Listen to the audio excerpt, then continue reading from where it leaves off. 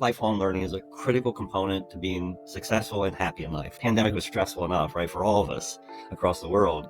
But I think to lose 3 family members in 10 months was really devastating. It's a major detriment of our American educational system, quite honestly, Linda, that we don't talk about personal finance. I think that's an important aspect of anybody who's successful in life, is to have, as you mentioned, Linda, a supportive spouse who is there for whenever things are good, but also when things are bad. Welcome to Inspired by Success, the podcast where I deep dive into the mindset of successful entrepreneurs, CEOs, and thought leaders.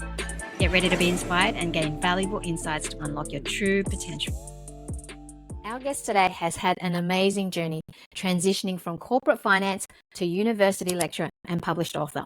His book, Checkmate, Tips and Lessons to Help You Make the Right Moves to Achieve Happiness, is packed from insights from diverse life experiences. He gives advice and stories for career changes, retirement planning, overcoming obstacles, and supporting loved ones during tough times.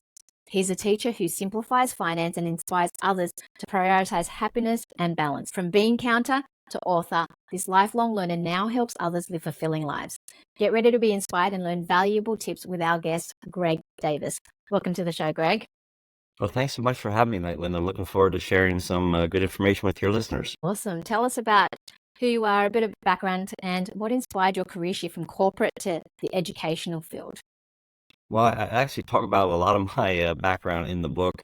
Grew up in a pretty small town in Pennsylvania, near Gettysburg, Pennsylvania, and kind of grew up in a family where I was the youngest of 5. Really learned what hard work gets you by watching my siblings. We kind of grew up on a farm, so it was a lot of hard work going throughout the family.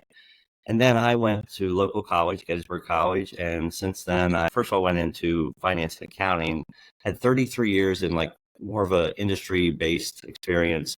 23 of those were fabulous years at Hershey, Pennsylvania, working for a company called Hershey Entertainment Resort, which is kind of the non-chocolate side of the town business. And we have amusement parks, hotels, resorts. It's quite a destination there, and we offer a lot of those entertainment values for folks coming to Hershey. So after I retired, took an early retirement package from Hershey in 2014. I wasn't quite ready to hang up my accounting laurels at age 55, so I decided to pursue academia. And I had taught as an adjunct professor for years at Penn State and also some local colleges near Hershey. So what I found, as I talk about in the book, career changes are hard, right? And they're really challenging. And so for me, it was very challenging to go from business world to academia without having a PhD. So I learned that hard lesson, but I was able to get a really good job 4 months into my search at the University of Illinois in Urbana-Champaign, and actually phenomenal university, number 2 accounting school in the country. So I was really excited to get a chance to interact with those amazing students. And they have one of the largest international student bases in the country. So that was very intriguing for me because it led to some really rich classroom discussion in my classes. And then that's where I basically was for 7 years out in Illinois, and then retired in 2021. And that's also in the book, how I prepared for that early retirement. My wife and I both retired early. And now we're living in Philadelphia, Pennsylvania, and it's kind of a gloomy day here in April. That's a very beautiful story. Can you give our listeners strategies for finding fulfillment in their current role? Because, sometimes a career change might not be possible. So how can one be fulfilled in their current role? And if they're not fulfilled, what steps should they take? That's a great question, Linda. I mean, I think for me, I was very lucky when I found the Hershey opportunity, and that was about 10 years into my career. And I bounced around like a lot of us do. I bounced around from about 4 different jobs over those first 10 years of my working career. Then I was very lucky to get in at Hershey Entertainment and spent the next 23 years there. And I found that at some point in our careers, we get to a point where maybe it's a burnout situation, or we're just not feeling motivated, right? And I honestly never felt that at Hershey. I was always very motivated. I think, as I talk about in the book, one of the toughest times was back in 2010-11 when I was interim chief financial officer for the company. And it was a position just put into temporarily while my boss was serving at our owner, the Hershey Trust Company, as the interim CEO. And so during that time frame, I found that, wow, it was extremely stressful. I was working like 65, 70 hours a week, not really exercising, which I like to do, and wasn't eating well, and just really, it was not good habits for me as a person. So I got a little frustrated, and fortunately we got through that time frame, helped my wife, of course. And then my boss came back, I went back to my prior role. And then I realized that maybe there's some things out there that beyond Hershey that I can do. And that's where the adjunct teaching kind of kind of gave me that thirst for a new opportunity, right? I mean, I found that even when I was working those stressful days at Hershey, my best days getting out of bed were when I knew I was going to be teaching that night. And so I think for me, and hopefully for your listeners, sometimes it takes a while to find that passion that you really have in your life. And for me, it was teaching. I did it at Hershey. I taught a number of people just about how the finances and accounting work for the organization. We'd have anybody from marketing people all the way down to our frontline people at the Hershey amusement park who would learn the finances of the company and how successful we were and how we made our money and where we did make money, quite honestly. And that was really helpful for people just to kind of know that background. So I think that was kind of the impetus for me to get into teaching. And then when I took the early retirement, I think the career change was a little harder than I originally imagined. And that's probably the same for your listeners. It's not as easy as we envisioned. But I think through a lot of perseverance, I realized that I've got to work a little harder than I thought I might have to get a really good teaching job. And I just really was fortunate to get in at University of Illinois and spend the next 7 years, which was an amazing experience with those students there. So I think career changes are hard, but I talk about that in the book. And I think the key is stay focused, stay upbeat, and take care of yourself too, because you can't let that stress or lack of exercise kind of take over your life. That's not a good pattern to follow. Yeah, I totally agree, because finding your balance, it sounds like you did a lot of things too. And I find even entrepreneurs do that as well. For me personally, working, looking after the kids, running like the podcast, because I've got my own business and then I've got the podcast too. And this is what I'm passionate about. But you have to prioritize your fitness for one. And I think my health is number one as well, because you can't build wealth without your health. And it's No, you can't. yeah. So it's just finding that balance. I mean, they say, work-life balance, but seriously, when you're an entrepreneur, there is no work-life balance. And I think if you're passionate about what you do, it doesn't seem like the time just goes by fast as well. But you just got to be really mindful. Like, it's really hard to be successful but not prioritize as well, because you've got your family, your health, your business. So there's just so many things. And that's what I find. If you're successful, you can be good at all of those different buckets and be fulfilled as well. It's a lot to juggle, as you're mentioning, Linda. And I find that's why I have the book titled Checkmate, for one of the many reasons, is I do a lot of analogies in the book to the game of chess. And I played chess. I played a lot in high school, and then it took about a 45-year hiatus while I was working, and now I'm back into it again. But I find that chess is very similar. There's a lot of things that are thrown at us in a game of chess. I just played in a tournament in Connecticut, and I was playing all ages from 7 to 62. But I find that life is a lot like chess, and there's a lot thrown at you. And like you say, you have to kind of muddle through, right? Figure out what's that next path you want to follow to get to where your end result is, and what is driving your happiness. Because that's the key, as I talk about in the book, is really want to find out what is that why in our lives. It makes us tick, makes us get out of bed and be excited for the day. And that's hard for a lot of people to do. It was hard for me. It took me a number of years to find out that teaching was probably my biggest priority in life, and what I can do to share with others. I like that analogy with the chess game too, because I love business. And when you told me about when you mentioned the Checkmate, one of the authors, his name is Patrick Bet-David. He's a YouTuber, a podcaster, and he's also an author. And he talks about your next 5 moves as well. And I love that book because it talks about being ahead. Great. Yeah, in business, you have to be ahead of your competitors, at least 5 moves ahead. So that just made me think about that. So I'm curious to know about your experience in the finance world, any tips that you can share, especially with our listeners, in terms of, like, I'm going to jump here because I've had different things that I've put together in terms of the question. Personal finance is something that's a really important topic that everyone should at least be aware of and try to improve as well, because I've had my own experiences of not managing finances properly and being in debt from the business, something that we're not always, like, we're not taught this in school as well, so unless you're learning about accounting and finance. So can you tell us what personal money habits should everyone adopt for a secure future? First of all, to your point, I think it's a major detriment of our American educational system, quite honestly, Linda, that we don't talk about personal finance. I think now I had some research in the book that there's like 13 states that now require personal finance course to be taken by a high school student before they graduate. That's great, but that's only 13 of our 50 states, right? As I say in the book, I think we're deplorably deficient in how we teach people not to do well with money.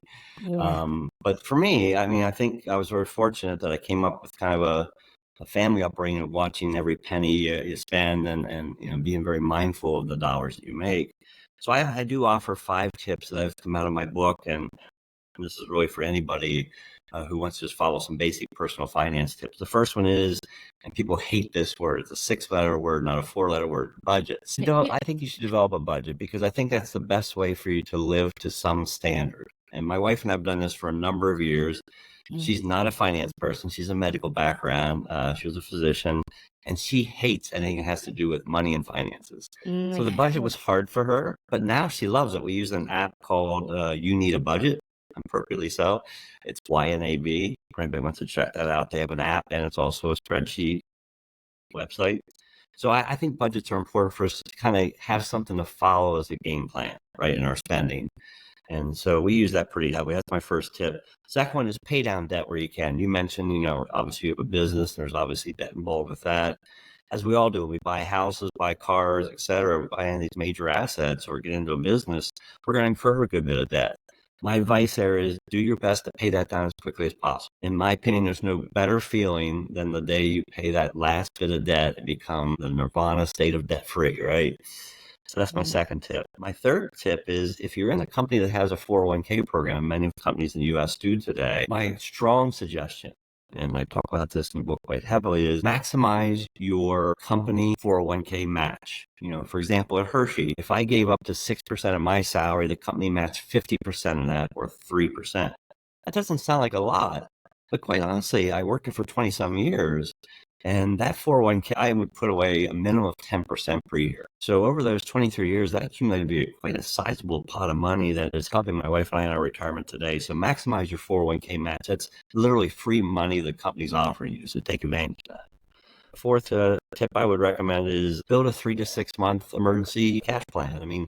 Have something that's readily available, not something you have to liquidate a stock or sell something else off, another asset, but cash available for when the roof needs repaired. I own a property in Hershey as well.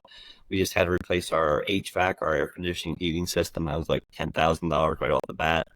In addition, we had some very leaky windows there. So those house repairs get to be expensive. Have those emergency funds available for that purpose. And my fifth recommendation for personal finance is kind of an odd one, but I think it's important that you communicate your finances and your issues related to your finances with your significant other. In my case, my wife. I talk about something in the book that some people find is kind of odd. It's called a monthly budget or money date. And I think I've seen this in the Wall Street Journal as well, but it's an interesting concept. So we go out once a month. We go out to a restaurant, make it a little bit enjoyable, get a bottle of wine.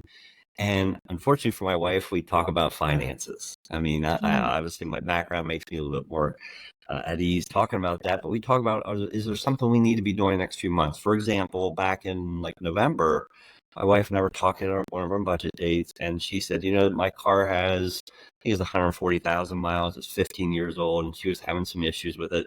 So we talked at that point that we need to put some money aside to buy a car probably in the first quarter of 2024. And we just bought one in March. But that was through discussions we had at that money date back in October, November. So I think those are my 5 tips. Develop a budget, pay down debt, maximize your 401k match, build a 3 to 6 month emergency fund, and lastly, communicate with your significant other in some form. That makes those relationships a whole lot better. Yeah, communication is definitely key. And I think the support of your partner as well. I know a restaurant person that down the road is my favorite Vietnamese restaurant, and he wants to expand into another shopping center, and he's so excited and passionate about it. He's doing well in this current one, and he wants to expand in another one 20 minutes away with a high demographics, and it's a new shop, but his wife is just like not supportive, and it's a bit hard because she's probably fearful, and he's just devastated because that's a challenging one because he has great aspirations to grow the business, but for her it's probably like a risk that she doesn't want to take. Exactly. So I can understand, both point of view. See both sides. Yeah, it's a tough one. But if you have the support of your partner, look at my favorite business YouTubers, Alex and Layla Hamosi. They're just like a power couple, and they support each other so much in business, and they talk about it. So I think communication is key, and the support of your partner as well. Sure, I do talk about that in the book. I talk about relationships in chapter 2. I think that's an important aspect of anybody who's successful in life, is to have, as you mentioned, Linda, a supportive spouse who is there for whenever things are good, but also when things are bad. Right. And that's the most support you can ever get, is when things aren't working out for you or for both of you in your careers or other situations, you need that support factor right in your home. And I think the key to a successful couple is making sure you have those open lines of communication. Yeah, I totally agree. Now, just so you have that great relationship with your partner or the other better half, how can people start building wealth for the retirement stages? Or even if they're young, do you have any advice for that? Because sometimes when we're young, we take more risk and we don't think about the retirement. We don't think about the long term. But do you have any advice for people to start building wealth for retirement? Yeah, I mean, I'll just kind of give the footprint and game plan my wife and I had. We've been together. We'll be married 34 years in May, and we both grew up very kind of poor upbringings, not a lot of money in the family, so we kind of both appreciate saving money where we can and working hard to earn it. And so we both did that. And I think what I want to share with your listeners is I think it's important that you find a job that's supportive, but try to keep your lifestyle as minimal basic as you can, even though you might be making more money. For example, my wife went through med school. We incurred a lot of debt, as most people do. And then when she became a doctor, we certainly had more money coming in, but we were paying back a lot of loans. And we decided to keep our lifestyle as simple as it was while she was in med school. So we're not people who live a lavish lifestyle. We don't buy brand new cars. We usually buy used cars. That's a great tip for people. You lose a lot of value once you take it off the lot on that first day. Also, we started very early with our saving. Again, I think it was through our family upbringing, but we both realized we needed to put money away for later. Doesn't mean we didn't travel. We still enjoyed life, but we were very frugal and we did book a vacation. We tried to do it in the off season, for example, when things were a little bit cheaper. And for us, we both had savings plans in our work environment. I had a 401k. She had a little bit different plan within her hospital environment. And we put money away in both those early. And I think for us, and what I'd share with your listeners is try to get up to at least that minimum of 10% of savings in each of your retirement plans through your work. And build from there. As you get more responsibilities, usually that comes with some higher salary. Put that extra money as an extra percentage into your retirement funds. Let those build up nicely. Now, I also recommend in the book, and I think it was very important for my wife and I's success, to have a personal advisor. Let me a reason why you wouldn't want an advisor. People don't like to have people tell them how to use their money. I think, in my opinion, even though I was a finance guy, I wanted to have somebody that both my wife and I trusted, and that's a key component of your financial advisor. Not all the gold stars after their name, but do you trust them and do you enjoy talking to them? And I think that's an important factor for anybody. We found that fairly early on. That was probably 25, almost 30 years ago. We found a person that we're still with today. And they've kind of guided us through all those different changes in our lives, through job changes, through relocation out to Illinois and back to Pennsylvania. And I think that financial advisor is a critical member, almost as important as your spouse in some sense, in my opinion, to guide you towards that retirement bucket you have to have when you're ready to do that. And as far as retirement, I spend a couple chapters in the book talking about, one, retirement preparation, and two, retirement in general. It's not just a financial aspect you have to be ready for, Linda. I think your listeners need to be prepared that when you start talking retirement, you have to start thinking about what are you going to do with all that extra time. That's a critical component, not just the financial, but the non-financial components of retirement. And I don't think a lot of us think about that. We kind of think, once we get to retirement, we'll be golfing every day. We'll be going to Florida and spending 6 months a year. That doesn't happen for many people. There's a few golf, right? And there's a few who go to Florida for a couple of weeks, but then they want to come back to where their family is. So I think it's important to think about those non-financial aspects as well, as my wife and I did. And I'll give an example. My wife was really struggling when first left her medical world as to what to do with her time. And I'll give you an example. We came to Philly here in 2021. It's a big city, lots of stuff going on. And it's kind of hard to find a place that you're comfortable with to work or to do some volunteer work at. She went literally across the street from where we live in downtown Center City, Philly, and she found a group called the Broad Street Ministry. It serves the homeless population here in Philadelphia. And she started there as a volunteer, working a few hours a week. Built up now, she's working 3 days a week as a part-time employee. She loves it. It's not about the money she makes. It's more about giving back to the community. And I would say that's something that's the most enriching part of her retirement is the fulfillment she gets from helping others. Similar to me, in a little different vein with the book Checkmate, I really hope that this book can help people, do things in their life maybe they didn't think they could do from a financial aspect, and hopefully find some more happiness in their lives. So I think there's a lot there in that retirement to talk about, but the book does cover 2 or 3 chapters on that topic, and I just think it's important for people, your listeners, to understand it's something you got to prepare early for. Start putting that money away and think about what you want to do when you retire. What's that extra time going to mean to you? Yes, especially if you have that money put aside as well.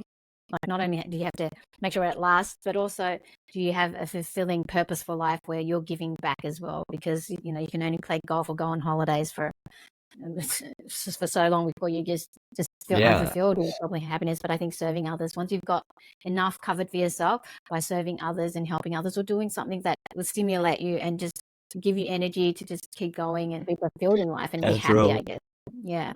While we're still talking about finance, I want to get your advice on the corporate finance world for businesses, because you've been in the professional finance world for that long. But what is your advice for a successful company to last long with their finances? Because I've been reading a lot about the economy and how a lot of businesses are going under and they're basically getting bankrupt as well. So what are your thoughts on that? And how can a business sustain long term financially? Can I have any tips and advice for that? Because I'm just curious to know, in the corporate world, there's some businesses that last the test of time and do so well. What makes them succeed and what makes other businesses fail? And I think finance and leadership is one, but finances is another as well. So can I get your thoughts on that? Yeah, that's a tougher one for me. I mean, I think from my standpoint of being at Hershey, for example, for 20 some years, I learned that leadership is the key. You mentioned, you dropped that topic a little bit ago. I think leadership is the key to a company's success. And I think for me, I was very fortunate to have a number of CEOs that I work under and learn from, quite honestly, on how you navigate a business through the tough times. Now, I'll just give you an example. So Hershey Entertainment Resorts is a company solely funded through the Milton Hershey Trust. And Milton Hershey Trust was something set up by Milton Hershey back in the early 1900s. He developed the town. And the Hershey Entertainment was really designed as truly an entertainment venue for the chocolate workers in his factory to make the chocolate. He wanted to have them, have a place to go to have fun. That was the amusement park. We had a outdoor stadium and indoor arena to bring in entertainment acts. So that was really the design of Hershey Entertainment Resorts. That company became much more than that, though, as it kind of evolved through time. It became, operating world-class hotels. We have a minor league Hershey Bears hockey team that supports one of the NHL teams. And also we have entertainment venues that still support world-class acts. So it's a major venue now. It's not just a small-time company anymore. And so when I found out that right before I started in 1991, in the late 80s, there was a decision in the Hershey Entertainment executive offices to expand the company outside of Hershey, right? Because everything we had asset-wise was based in Hershey, Pennsylvania. There had been a severe polio outbreak in a nearby community called Lancaster County, about 20 miles away. And that's what forced the executive team to say, you know what, maybe we shouldn't have all our eggs in one basket. We should go outside of Hershey. So the short version of this, we went outside of Hershey in Texas. I think we had a hotel there. We had an amusement park up in the Northeast, up in the Connecticut area. We had a hotel right here in Philadelphia, probably about half a block from where I live today.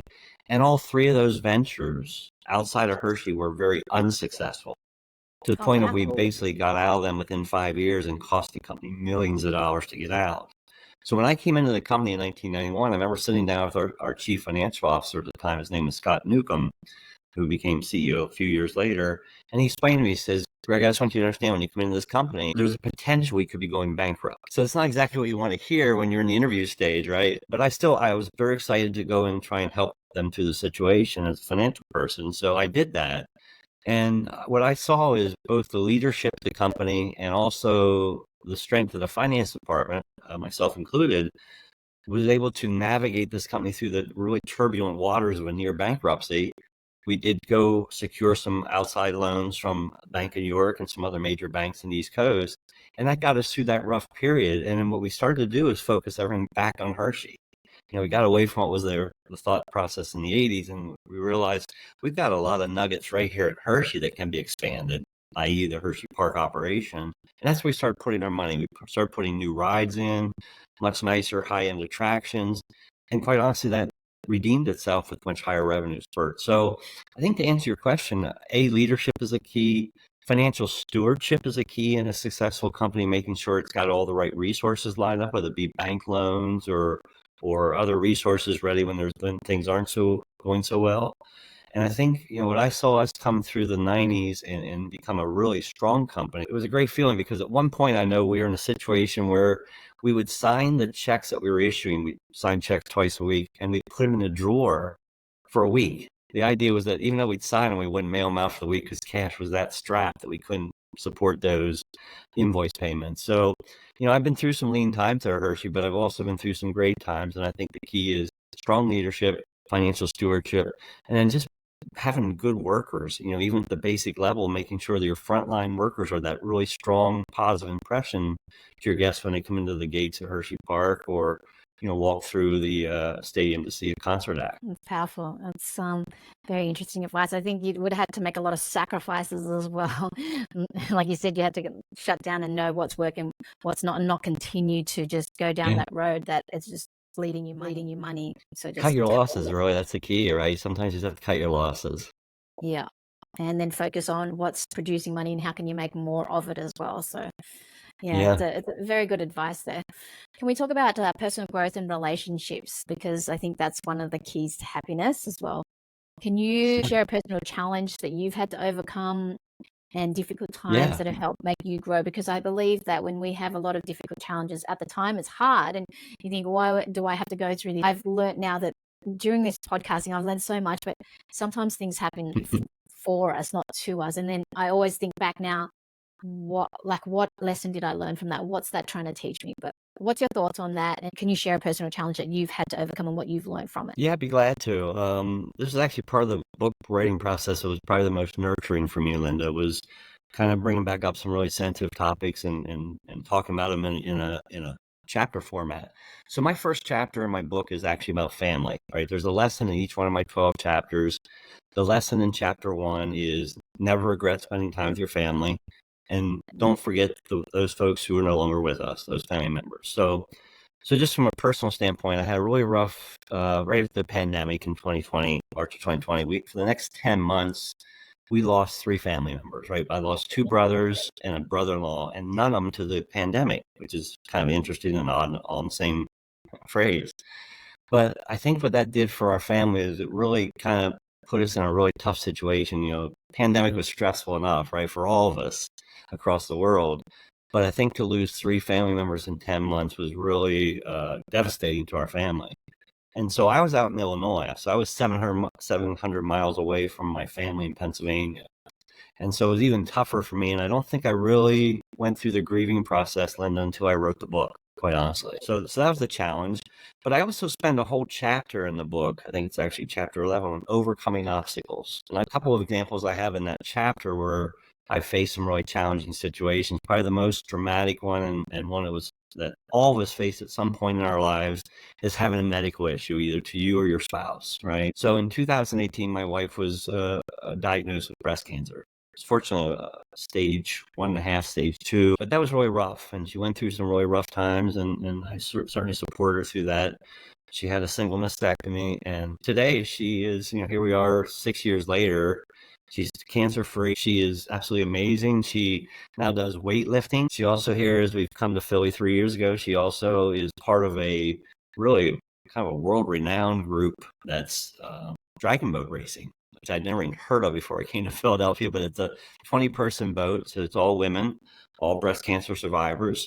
And so through that, she has become much stronger. That's where the weightlifting kind of came into play as she goes to competitions with her teammates as well. And I just think this is truly a lemon to lemonade story for her and for us, is that she took a really tough situation thrown at her medically back in 2018 and has turned it into an incredible environment where she's very good friends with all these teammates, and just, shows you what you can do even when things are tough.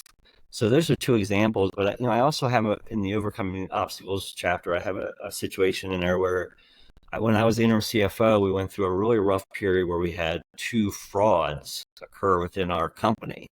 And one was an employee within my finance department, unfortunately, who had taken quite a bit of money from the company over a period of 10 years. So I talk about that in the book, and I encourage your readers certainly to read that chapter in book, chapter 11. But it talks about how and quite honestly, as a company, we overcame those fraudulent situations and took that negative and built it into a positive to build a much stronger internal control environment so we wouldn't have something like that happen again. And boy, in today's world, fraud is a very common word among all companies.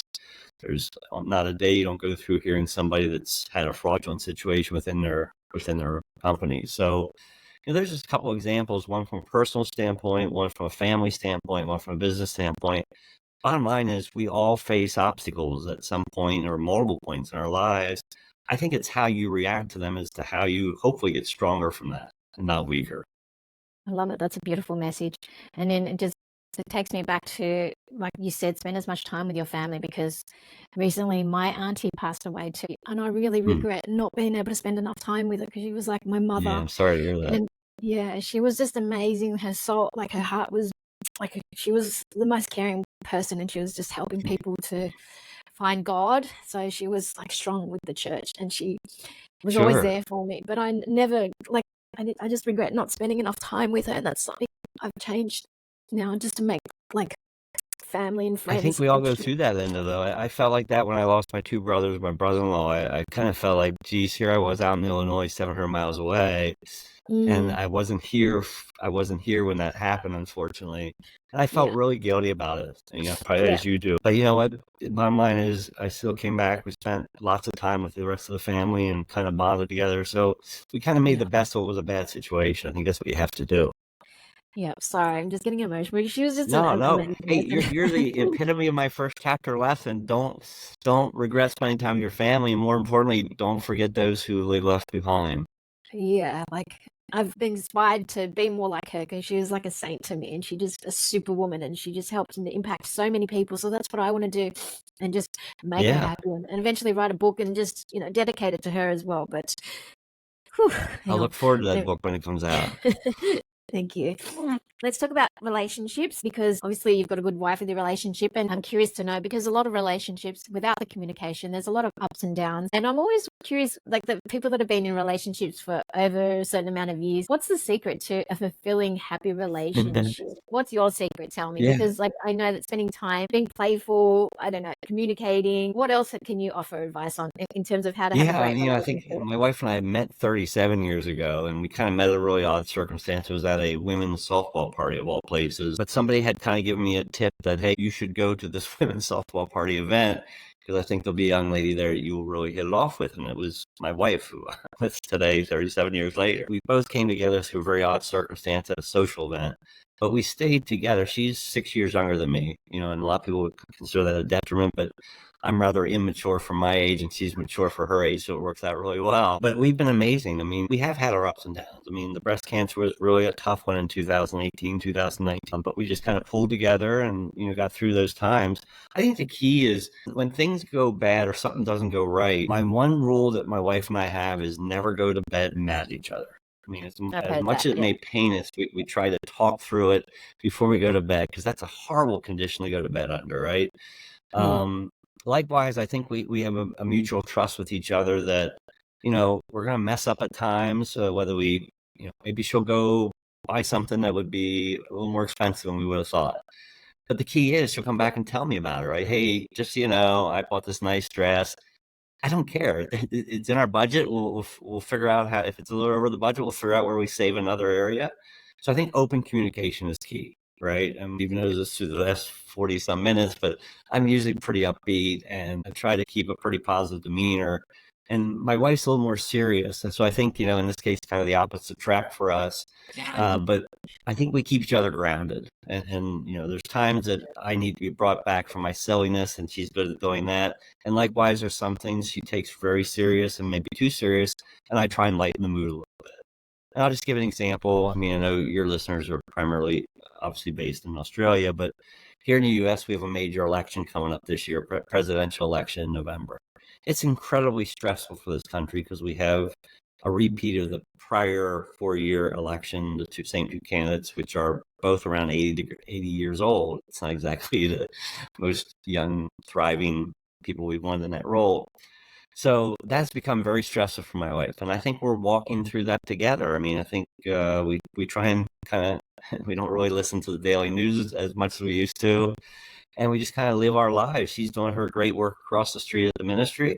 I'm doing some good things here with the book Checkmate, and also I'm writing an article for a retirement website out in the West Coast, and I'm trying to give back that way as well. So I think the key is for relationships, do the things that make you happy, right? And for us, that might be as simple as walking around the city of Philadelphia and going to different restaurants. That's really enjoyable for us. We spend a lot of time with family, which is about an hour, 2 hours away. As I said, that's kind of the epitome of chapter 1 of my book.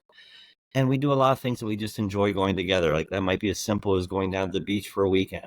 So it's very simple stuff that we do, but it's usually together. And so she supports me this year. I'm going to a lot of chess tournaments, and she's supporting me in that effort. And so I think it's just, try and follow each other's interests, and not that they're all going to be in alignment, but try and follow each other's interests. I love going to her dragon boat races. This Saturday, we're going to her weightlifting competition. Just That's support awesome. each other where you can. And I think that's really part of the bond you can develop with somebody over a period of time. That's beautiful. And what about conflicts? How do you guys handle conflicts together? We have them. We Yeah. have lots of them, I'm sure. I think, for example, I'll just give you a great example. Retirement was a big change. My wife went out earlier than I did, and that was fine by me. I mean, I was pretty busy with my academic work at Illinois while she was kind of dealing with some family issues on her side. Her mom had gotten sick back here in Pennsylvania, so she came back here for the better part of 2 years. But we kind of just worked through that. And so I think now that we're both retired, that was a little bit of a shock to the system. I think we had more arguments than we've had in a number of years, just because we weren't doing the same, necessarily on the same page what we wanted to do each day. And now we've kind of worked that out. She's spending her time across the street at the ministry. She's doing lots of things here within the city with her dragon boat team and weightlifting. And I'm enjoying the city as well. We do a lot of sporting events together. And so when arguments come up, we just kind of hash through them. And again, one golden rule for us is never go to bed angry at each other. So there might be a few discussions there before bedtime that we kind of, wean through things, but that's all right. That's the purpose of relationships, is you're going to have good with bad, and sometimes you just have to work through those as best you can. I like it. There's a key takeaways that I took from there, because supporting each other, having your own interests is a very Yeah. important thing as well, and not trying to control the other person's interests, but supporting them. So that's another really important factor, the support. Yeah, it's funny, Linda, I see that in some other couples that we're friends with, is where they try and force the person to do the same thing they're doing. For example, golfing. I have a good friend who's a great golfer, and he tried to get his wife to go golfing. She absolutely despises the sport. And that's all right. I don't really care for it either. So I've seen some tension there between those two when he keeps trying to take her out on a golf course, and clearly she just doesn't enjoy it. But I think that's something, you just have to kind of work through. As you said, I love how you phrased that. You have to have your own interests and then support them in those interests, even if they're not the same as what you have. I think that's how you get that key bonding in relationship that can last forever. Yeah, totally agree. How would you define true happiness? Yeah, that's a great one. I've obviously, because I've written the book on happiness, I get this question a lot. And for me, it's pretty simple, and it's not always simple to do, but the simple fact for me is I want to do the things that make me happy. And so for me, teaching was a key component of that. Working for a company such as Hershey was a key component of that. And why do I say that? Well, as I talk about in my 4th chapter, one of the things that Hershey did is 100% of our profits from the Hershey Entertainment Resorts Company went to support the Milton Hershey School, which is a school that supports, I think it's over 2,500 underprivileged children. So when I thought about the mission of our company is to support those underprivileged children, that changed my whole outlook on how I had looked at a job before, quite honestly. So I loved going to work each day because I knew the mission was to support those kids.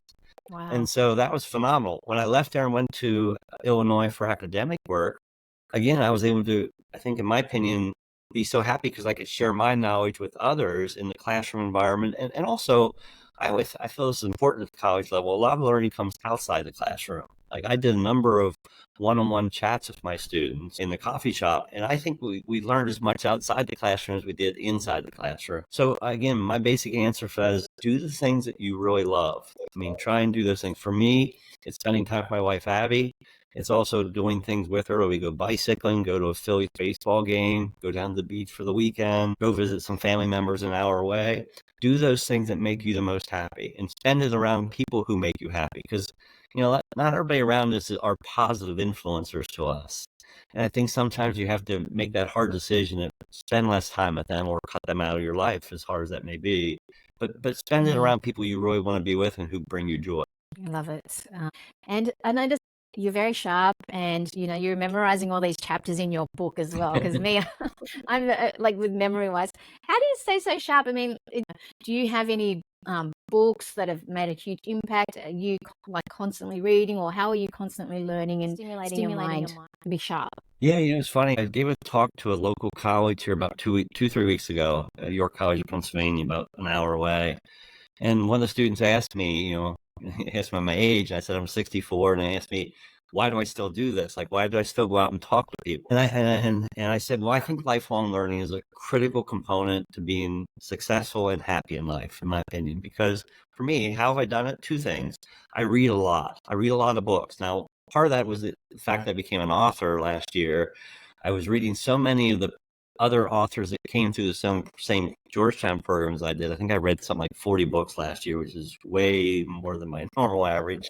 I think reading is really a key ingredient to keeping you sharp. And if you're not a reader, then audiobooks are out there too, which, by the way, Checkmate's out on Audible as well. But I think the other key thing for me is the game of chess. As silly as it sounds, a little silly as my title of the book, chess is a really key component of my life now, as it was back in high school. I mean, high school, I think it helped me get good grades because it helped me concentrate, helped me think ahead. And here I am, 64 years old, still playing the game competitively in tournaments. Not doing overly well, but this weekend I finished 4th out of 55 people. I was pretty excited. So I think between reading and playing games such as chess and just keeping your mind active, right? Doing crossword puzzles for some people, I know as a big kid, I'm not very good at that. But doing things that just engage your mind, that's the key to keeping sharp. So I think that's the key for me is I want to try and stay active. I want to do, different things activity-wise, whether it's going to play some pickleball, which we just took up here as we retired. Bicycling, try and stay active that way. Get outdoors, get some good vitamin C from the sun. That's always good for us. But just staying engaged in things such as crossword puzzles, chess, and for me, reading books is the key. Beautiful. Guys, if you found listening to podcasts such as yours. Thank you. Speaking of podcasts, guys, if you're enjoying the podcast, please hit the follow. It does help the podcast grow. And if you're watching on YouTube, if you can hit the like and subscribe, it does help the channel grow. So is there any key piece of advice you'd want to leave with our audience? Well, I think, I just hope this world is so stressful. As I said, particularly here in the U.S., we're going through a very stressful environment with the upcoming election. There's a lot of division within the country, which I've never seen before due to this election. I just want people, whether in the U.S. or in Australia or elsewhere, just kind of make sure that you're focused on the things that are helpful and joyful to you. I mean, if we turn on the news, at least here in the U.S., I'm assuming it's the same in Australia, it's pretty negative stuff, right? Because that's what draws ratings, which is it's just depressing, quite candidly. So we've stopped watching the news to any great degree. I think it's important for you to do the things that you enjoy, whether that's spending time with your significant other, spending time with your family. Honestly, I mean this. Reading books and listening to podcasts are two of the things I've done in the last probably 4 years I didn't do much before. There's an incredible wealth of information, and a lot of it's for free, low amounts, to get at your fingertips through podcasts, books, TED Talks. That was one of the major sources I used for some of my book research. So make use of all these incredible things we have at our fingertips that we didn't have, 10, 20 years ago, and do those things that are engaging to you and enjoyable to you. That'd be my best advice to anybody of your listeners. Awesome. Finally, where can people find you? Yeah, I'm on a couple places. I do have a website. It's www.davischeckmate.com. So that's pretty straightforward. I do have an Instagram link. That's at Davis Checkmate. As you can see, there's a commonality here. And I'm pretty heavily on LinkedIn, so anybody can hook up me to LinkedIn. I engage in that pretty much every day. And I do post quite a bit on there, at least a couple times a week, whether it's some really basic stuff. Like I had a little bit of a great lesson learned in this chess tournament I did this past weekend, so I used that for a nice post earlier this week. And also I post some of the articles that I've written on this website that I do as a retirement website. I get to post those on LinkedIn, and there's some really good tips in there just as you're starting to think about that retirement stage in your life or down the road. There's some good advice in those articles. Awesome. Thank you so much for your time, Greg. It was a pleasure to meet you, and I wish you all the best with your book. Guys, be sure to grab his book, Checkmate, and you can find it on all Amazon, wherever you can find your books. So thank you so much for your time, Greg. It was a pleasure. Thanks so much for having me, Linda. I really appreciate it. It's been fun. Thank you.